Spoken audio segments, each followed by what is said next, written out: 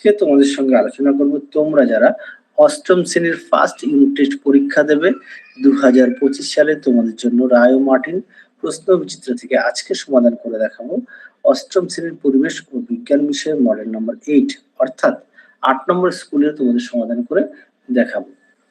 চলো দেরি না করে মূল বিষয়ে যাওয়া যাক। প্রথমে দেখো আছে ফিজিক্যাল সায়েন্স, একে আছে সঠিক উত্তরটি চিহ্নিত করো।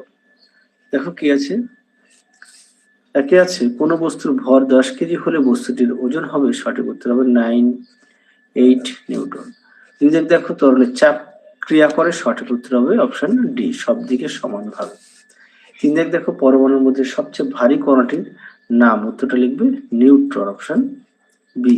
চারে দেখো জলে দ্রবীভূত অবস্থায় তড়িৎ পরিবহন করে, এটা উত্তর হবে NaCl, অপশন এ। পাঁচে দেখো প্লবতার একক হলো, সঠিক উত্তর হবে নিউটন, অপশন এ। ছয়ে দেখো চাঁদের গড় অভিকর্ষ ত্বরণ পৃথিবীর গড় অভিকর্ষ ত্বরণের, সঠিক উত্তর হবে অপশন সি। পরবর্তী দেখো দুই দাগের সত্য বা মিথ্যা লেখো। একে আছে একটি অধাতুর উদাহরণ হলো কার্বন, এটি সত্য। দুই হচ্ছে ঊর্ধ্বপাতিত হয় এমন একটি পদার্থ হলো কর্পূর, এটা সত্য। তিনে দেখো মহাকর্ষ বলের মান শূন্য হতে পারে, এটা হচ্ছে মিথ্যা। তিনে দেখো শূন্যস্থান পূরণ করো। কি আছে দেখো, একে সময়ের বাড়ার সঙ্গে সঙ্গে পতনশীল বস্তুর বেগ বাড়তে থাকে। দুই দেখো ফসফিন যৌগে ফসফরাসের যোজ্যতা 3।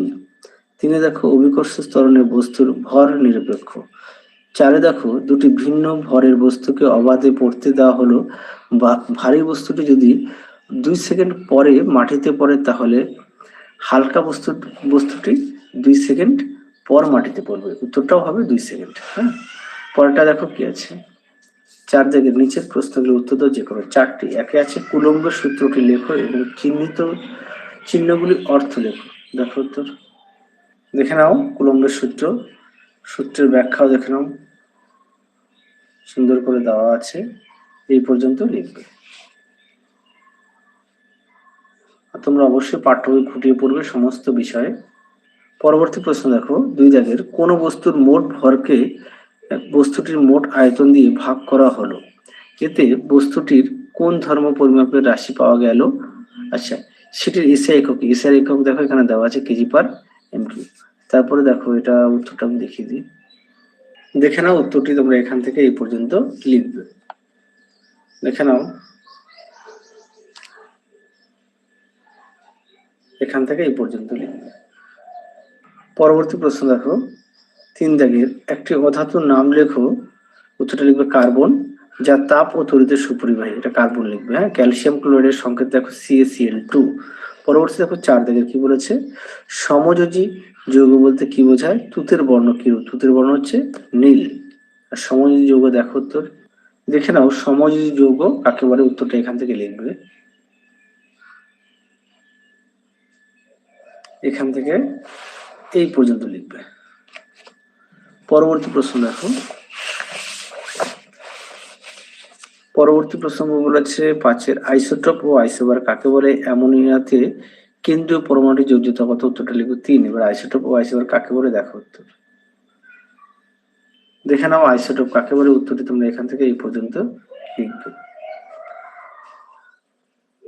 পরবর্তী দেখো কি আছে, আইসোবার কাকে বলে, দেখে নাও আইসোবারটা দেখে নাও, সুন্দর করে দেওয়া আছে, আইসোবারটা এখান থেকে লিখবে, এখান থেকে এই পর্যন্ত লিখবে আইসোবার। পরবর্তী প্রশ্ন দেখো, পরবর্তী দেখো এবার আমরা দেখবো লাইফ সায়েন্স সমাধান করবো। একে আছে সঠিক উত্তরটি নির্বাচন করো যে কোনো তিনটি। একে আছে দেহের বজ্রকে মূত্রের মাধ্যমে দেহ থেকে বের করে দিতে সাহায্য করে যে অঙ্গটি, সেটি হলো, সঠিক উত্তর হবে বৃক্ক, অপশন এ। দুই দাগ দেখো রক্তচাপ নিয়ন্ত্রণ করে, উত্তরটা হবে পেশিকলা, অপশন সি। তিনি দেখো ক্যান্সার আক্রান্ত কোষে কোন অঙ্গাণুর সক্রিয়তা বৃদ্ধি পায়, উত্তরটা লিখবে লাইসোজোম, অপশন বি। পরবর্তী দেখো চারের প্রোটিন তৈরিতে সাহায্য করে, উত্তরটা হবে রাইবোজোম, অপশন বি। পরবর্তী প্রশ্ন দেখো, দুই দাগের শূন্যস্থান পূরণ করে যে কোনো একটি। একে দেখো লিউকোপ্লাস্টিকের কাজ হলো, উত্তরটা হবে নানান ধরনের খাদ্য সঞ্চয় করা। দুই দেখো প্রাণীদেহের আঁশ, রোম, নখ খুর, শিং ইত্যাদি বহিঃকঙ্কাল গঠন করা, আবরণী কলার কাজ। আশা করি দেখে নিয়েছো। চলো পরবর্তী প্রশ্ন দেখো কি আছে। পরবর্তী প্রশ্ন আছে দেখেন, নিচের দুটিতে সত্য বা মিথ্যা লেখো। একে আছে মেসোজোম ভাইরাসের দেহে দেখা যায়, উত্তরটা হবে মিথ্যা। দুই দেখো স্নায়ুকোষের দৈর্ঘ্য সব থেকে বেশি, এটা সত্য। পরবর্তী দেখো চারের নিচের প্রশ্নগুলোর উত্তর দাও যে কোনো দুটি। প্রশ্ন মান হচ্ছে 2। একে আছে কোষ কি, দেখো উত্তর। দেখো সজীব পর্দাবৃত প্রোটোপ্লাজমের যে ক্ষুদ্রতম অংশ অনুকূল পরিবেশে স্বনির্ভর ও আত্মপ্রজননশীল এবং জীবনের মৌলিক গঠনগত ও কার্যগত একক রূপে কাজ করে তাকে কোষ বা সেল বলে।